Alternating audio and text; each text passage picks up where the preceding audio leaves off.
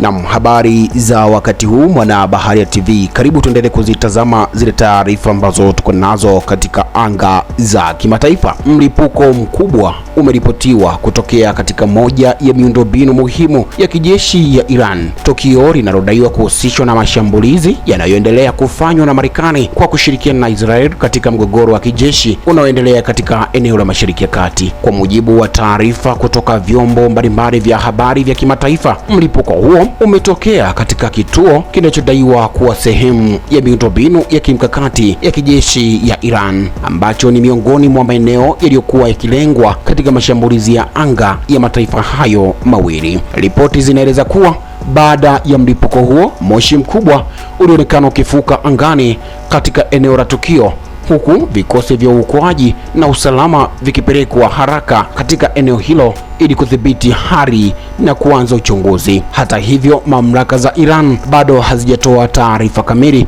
kuhusu kiwango cha uharibifu au iwapo kuna watu waliojeruhiwa au kupoteza maisha. Mashambulizi hayo yanaeleza kuwa sehemu ya operesheni kubwa ya kijeshi inayolenga kudhoofisha miundombinu ya kijeshi ya Iran, ikiwemo vituo vya kuhifadhi makombora, mifumo ya ulinzi wa anga pamoja na maghala ya silaha. Katika upande wake, Iran imeonya kuwa mashambulizi hayo yanaweza kuongeza mvutano mkubwa zaidi katika eneo hilo, huku ikiahidi kujibu mashambulizi yoyote yanayolenga usalama na mamlaka yake ya taifa. Wachambuzi wa masuala ya kimataifa wanasema kuendelea kwa mashambulizi kati ya pande hizo kunaweza kusababisha kuongezeka kwa hatari ya vita kupanuka zaidi katika eneo la Mashariki ya Kati, hali ambayo inaweza pia kuathiri uchumi wa dunia pamoja na usalama wa kimataifa. Uchunguzi kuhusu chanzo halisi cha mlipuko huo bado unaendelea, huku jumuiya ya kimataifa ukitoa wito wa kupunguzwa kwa mvutano ili kuepusha kuzorota zaidi kwa hali ya usalama katika eneo hilo.